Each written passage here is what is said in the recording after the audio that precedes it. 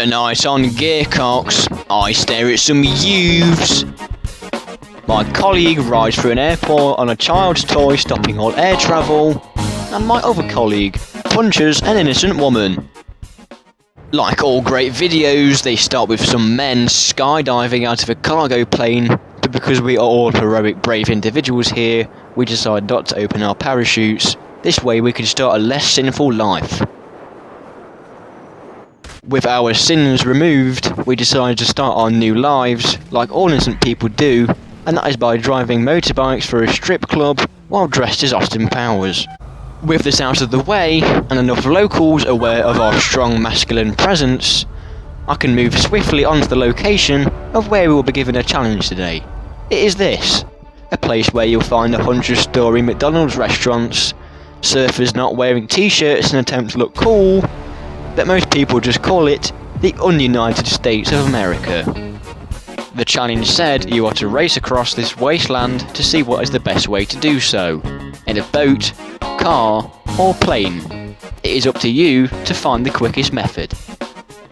The challenge was to start here, at the entrance to the Del Perro Pier, and was to end here, at another pier, at the top of Los Santos. With our challenge start and finish points identified, we then planned out the route we would take to get there. My first colleague will use a push bike and ride to the harbour. This is where he will then sail a boat all the way to the finishing line.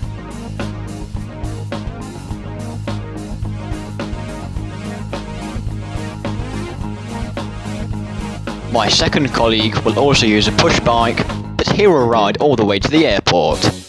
This is where he will then catch a plane and fly all the way to the finishing line. Whereas I would have to drive there all the way, whilst abiding to traffic laws. I then had a quick gander at v8motor.com until I stumbled along the beauty which is the Dundreary Virgo. With my car purchased and the colour specified, I decided to meet up at the start point. I was the first to arrive, and as you'd expect, I did this one properly. Well, I didn't, because it was still wobbling for 20 minutes after I got out of it, and that V8 motor only produces a horsepower, and those wheels were definitely designed by Waylon Smithers. And that's not forgetting how there is enough room in the boot, or should I say trunk, for a fat dead American. So this car will be perfect for the badges you see in NCIS, IS, FBI shows too.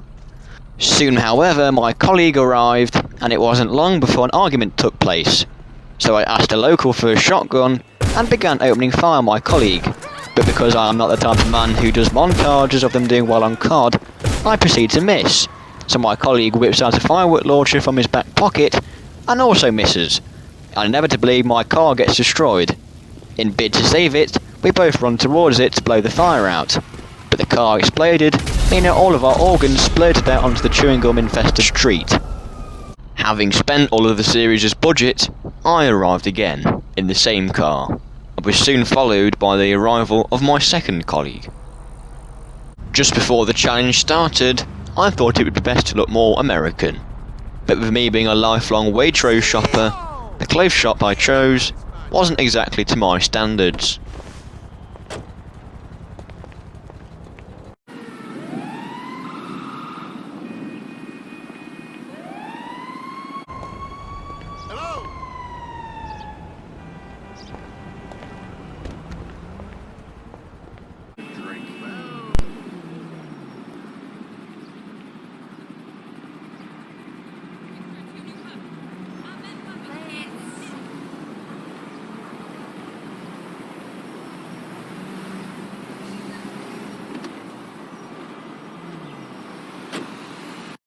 Scared for my life, and bewildered by the low levels of shopping, I then drove to a more upper class shop, and as shown by this Homes Under the Hammer style before and after swipe, we became more American.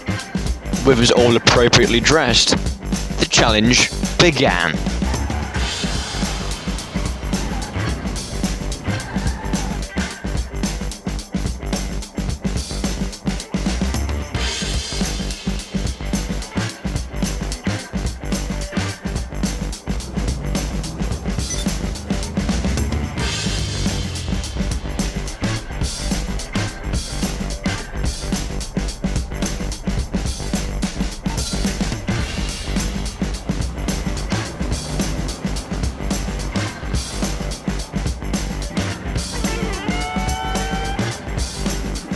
However, after only travelling 500 yards, my colleague encountered an anti-cyclist yob, knocking him flying off his push bike. Like a midget at a urinal, I too was on my toes because my wheels had grabbed the attention of the local constabulary, resulting in me driving into a car park and through a migrant-built wall. On the positive side of things, my colleague had arrived at the harbour, and thanks to the power of editing, we will ignore that he's already beached one boat and how he actually encountered Jesus sporting his new sex change. Once he collected a boat and reversed out of the harbour,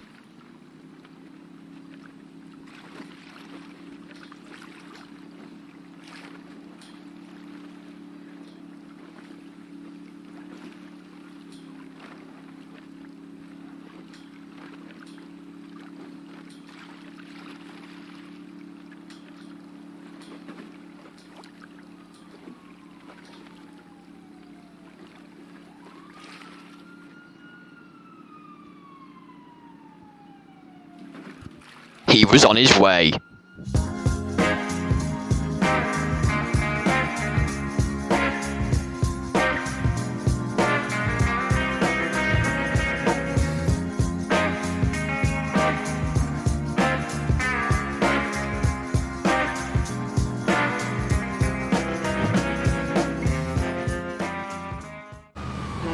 Like jumping onto a bicycle without a seat attached, my buttock area was getting tired of being clenched with the police behind.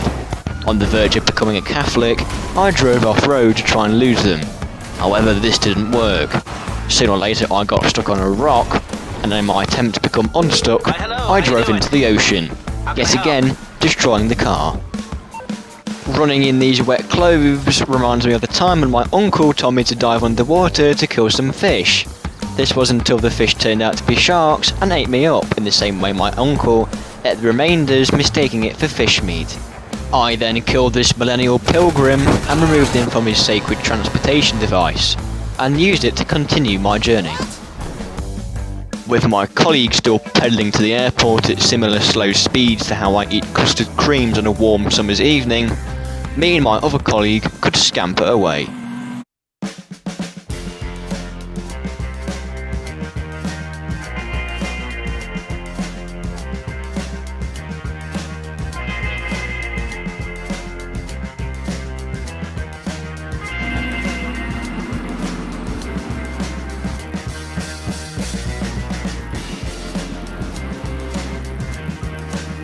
Like driving around with the Vietnam flag attached to my head, the police were still very angry with me.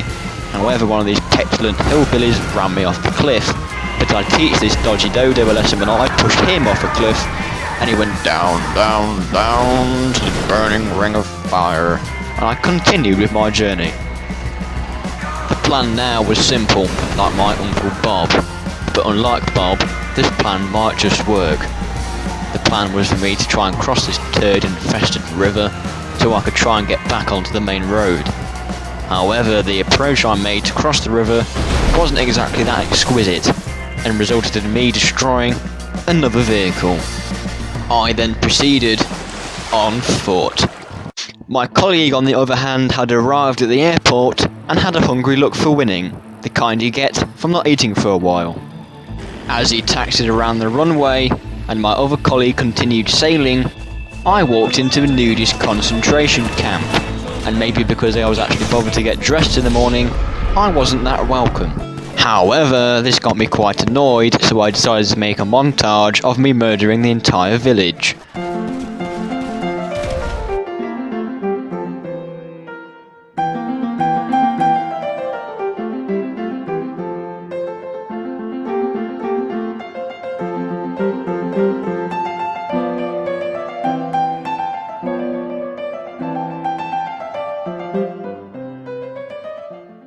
After I slaughtered an entire village and forcibly orphaned all the children there within, making them think twice before killing a man from the Botanic Isles, I then found this truck and hopefully would be able to use it for the remainder of the journey.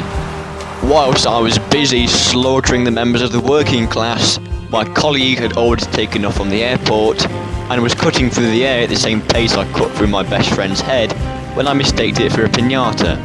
My other colleague was being put under as much strain with the harsh conditions as what my spring encounters in my biro whilst in an anxious situation.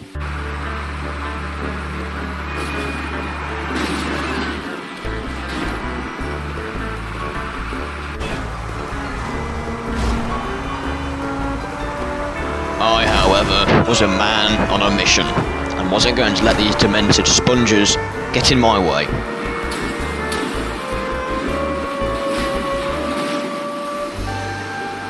Soon, however, I took a wrong turning, again, directly onto the railway line. Whilst getting caned in the rear by the oncoming train, it reminded me of the time that my teacher told me to slide down the asbestos-slated school roof as a punishment. The several tumours now growing on my arse has taught me to never forcefully take kids' lunch money out of their pockets. With some of my dignity still intact, I then drove off-road, where I found the main road again, but because I'm as stupid as one of Elon Musk's children's names, I don't brake in time, and drove straight into a beach.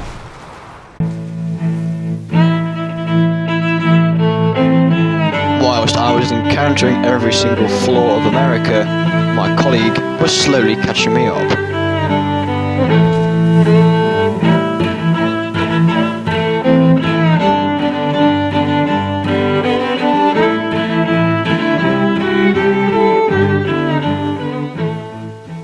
Whilst fearing this, I then jumped out of my truck the same way I jump in to scare the people trapped inside of the economy class of an airplane, and detached the trailer, allowing for me to go a tad bit faster. However, it wasn't long until I got stuck on a rock, and with no sense of urgency,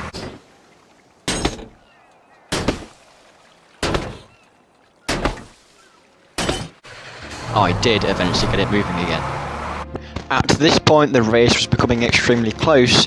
My colleague's plane was going as fast as what a fat pigeon's poo does when it goes down my chimney, and was quickly bringing himself into competition.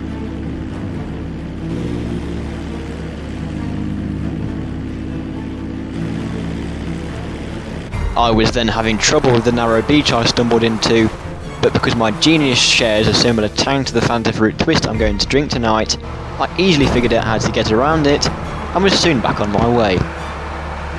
That wasn't until I then got stuck on this narrow path. I hadn't been this stuck since I drove a Sherman tank for a Russian library. Once I escaped this path of doom, it was then a sprint to the finish.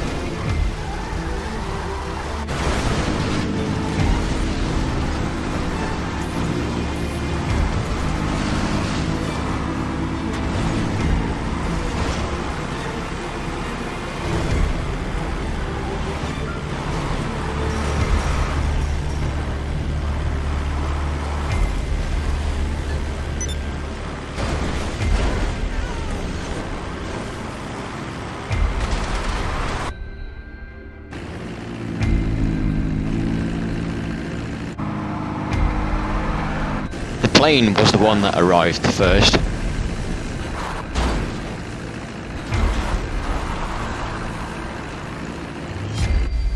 And then was shortly followed by my other colleague in the boat.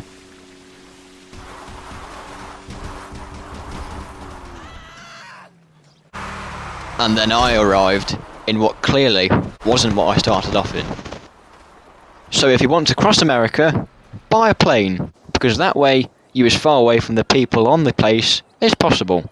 So there we have it. The car as an entity lies smashed and broken because of me. And on that note, we thought it would be best to end on a literal bombshell.